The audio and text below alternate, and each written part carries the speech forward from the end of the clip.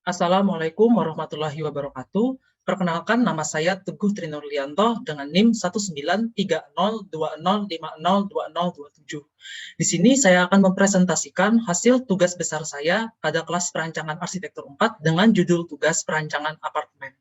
Jadi dapat kita ketahui bahwa apartemen yang akan direncanakan ini terletak pada jalan arteri sekunder pada Jalan MH Tamrin, dan juga tidak jauh dari site tersebut terdapat lampu merah di pertigaan Jalan Yosudarso.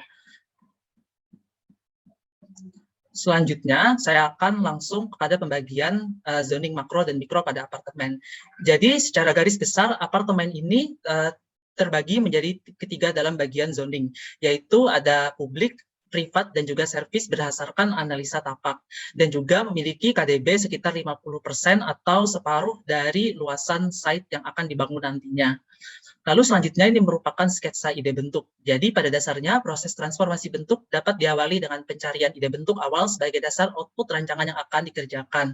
Proses pencarian ide bentuk ini pun dapat didasarkan pada keterkaitan antara konteks dengan lingkungan, site yang akan direspon melalui bentuk atau gubahan massa yang akan dipilih. Jadi ide bentuk awal yang dapat diolah pada gubahan massanya ini berdasarkan bentuk dari dasar site itu sendiri, yang nantinya akan ditransformasikan berdasarkan konteks site dan juga respons site terhadap kesesuaiannya dengan lingkungan. Lalu selanjutnya mengenai transformasi bentuk. Jadi sudah saya katakan tadi bahwa bentuk awal masa bangunannya itu berdasarkan bentuk dasar permukaan site yang kemudian ditentukan tata letak masa bangunannya dan juga diperhatikan bagaimana DSB dan juga KDB yang telah diperhitungkan dalam kondisi analisa site. Lalu selanjutnya tata letak masa bangunan yang telah ditentukan itu kemudian dia itu diangkat menjadi sebuah bangunan persegi yang kemudian pada bagian sisi depan permukaan bentuk bangunannya itu mengalami subtraktif. Jadi pada subtraktifnya ini nanti itu mengalami proses pengurangan bentuk pada masing-masing sisi yang berwarna kuning itu sendiri yang akan membentuk bangunan lengkung atau sisi lengkung pada bagian setiap sudutnya. Jadi setelah mengalami proses transformasi subtraktif dan juga penambahan beberapa bagian bentuk, lalu jadilah proses transformasi bentuk yang dihasilkan ini masa bangunan yang solid terhadap kesesuaiannya dengan konteks site dan juga memberikan kesan tampilan bangunan yang tidak memerangkap aktivitas pengguna ruang di dalam unit apartemen tersebut. Ini merupakan sketsa gubahan massa, bisa kita lihat. Terdapat kolam renang sebagai unit penunjang, fasad sebagai secondary skin, dan lain sebagainya. Lalu selanjutnya, ini merupakan site plan dari planning yang telah digambar atau direncanakan. Jadi terdapat entrance atau jalan masuk ini yang langsung berbatasan dengan Jalan MH Tamrin yang bisa langsung penghuni gunakan untuk langsung mengakses ke sirkulasi entah itu basement ataupun juga sirkulasi parkiran outdoor dari apartemen tersebut. Lalu untuk exit atau keluarnya pun langsung berbatasan juga dengan Jalan MH Tamrin itu sendiri. Lalu selanjutnya ini denah lantai basement, di mana di basement ini terdapat beberapa ruang yang disediakan khusus untuk utilitas dan mechanical electrical seperti storage and engineering, STP atau perlimbahan, ruang AHU, ruang fan, GWT, ruang pompa, genset, dan lain sebagainya. Serta dilengkapi juga dengan tata letak parkir yang sesuai dengan sirkulasi yang telah ditentukan sehingga untuk memudahkan para penghuni apartemen dalam mencapai akses tersebut. Lalu selanjutnya ialah denah lantai dasar, di mana denah lantai dasar ini terdapat adanya lobby, ada mailroom juga untuk berfungsi sebagai penyimpanan sementara bagi para masing-masing penghuni unit apartemen, dan juga pada bagian sisi belakang ruangan itu sendiri terdapat juga area pengelola.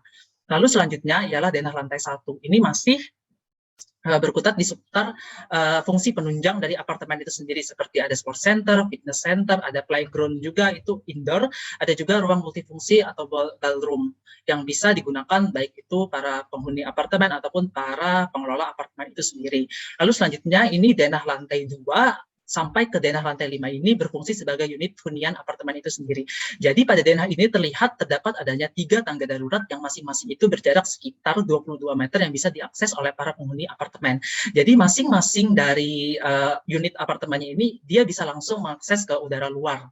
Jadi tidak memerangkap di dalam bangunan itu sendiri pada masing-masing unit huniannya itu. Ini sama, ini merupakan denah top floor dari apartemen itu sendiri. Lalu selanjutnya ialah denah lantai tipikal. Ini saya memberikan koridor 1,6 meter. Ini dirasa ideal karena mengingat bahwa apartemen ini fungsi-fungsinya itu dijual gitu. Jadi secara tidak langsung kita bisa mengatakan bahwa koridor ini adalah gratis. Jadi bisa kita katakan segitu.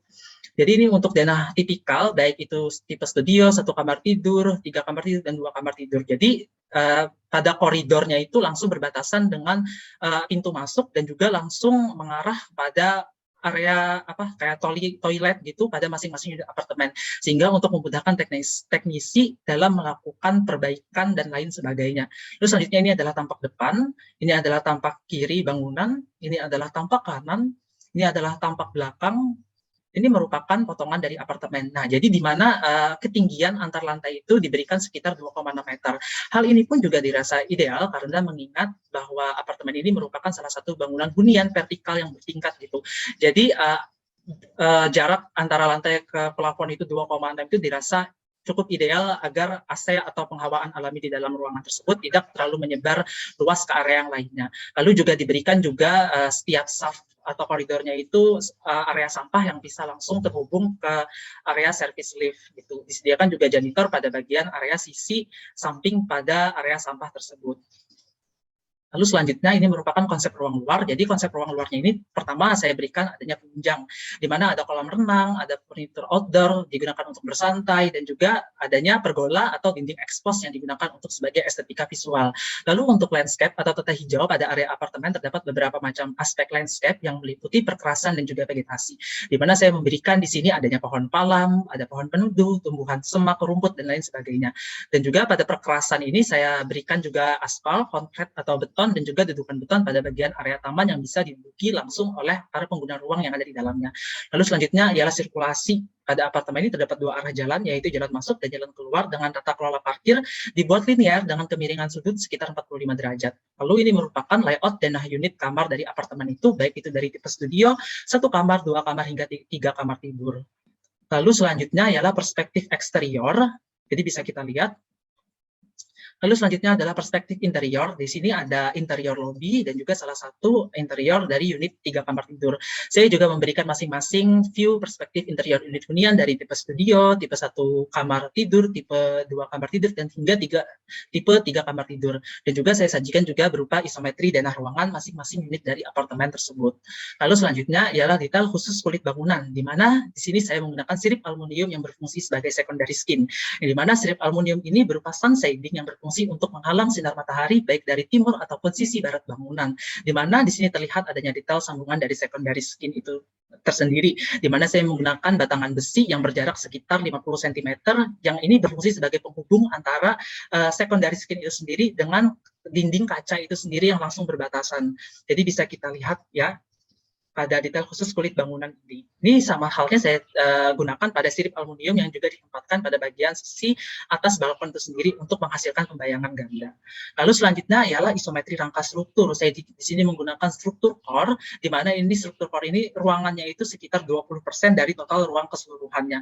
Dan juga saya menggunakan kolom berukuran 70 x 70 cm dan juga balok berukuran 35 x 35 cm kali 70 cm. Ini merupakan detail struktural. Bisa kita lihat ada detail penerangan balok, plat lantai, detail balok, dan lain sebagainya. Ini merupakan sistem struktur. Jadi untuk sistem strukturnya di sini saya menggunakan sistem struktur core yang sekitar luasnya itu sekitar 8x8, kalau bisa kita lihat. Yang dalamnya itu ada passenger lift, ada service lift, ada control panel, janitor, ruang sampah yang langsung terkoneksi dengan service lift, dan juga control panel yang bisa langsung terkoneksi dengan service lift itu sendiri. Jadi ini agar bisa memudahkan para teknisi untuk dalam melakukan perbaikan. Lalu selanjutnya ialah sistem transportasi vertikal. Saya di sini menggunakan lift. Lalu selanjutnya ialah sistem CCTV dan security. Jadi dalam sistem CCTV dan security termasuk sistem listrik arus lemah. Jadi di sumbernya itu pertama dari panel kontrol yang diletakkan pada titik-titik misalnya seperti lobby, atau misalnya ada security access di bagian depan masing-masing unit hunian dan lain sebagainya. Dan juga CCTV ini saya menggunakan CCTV statis pada bagian masing-masing koridor dari unit apartemen tersebut.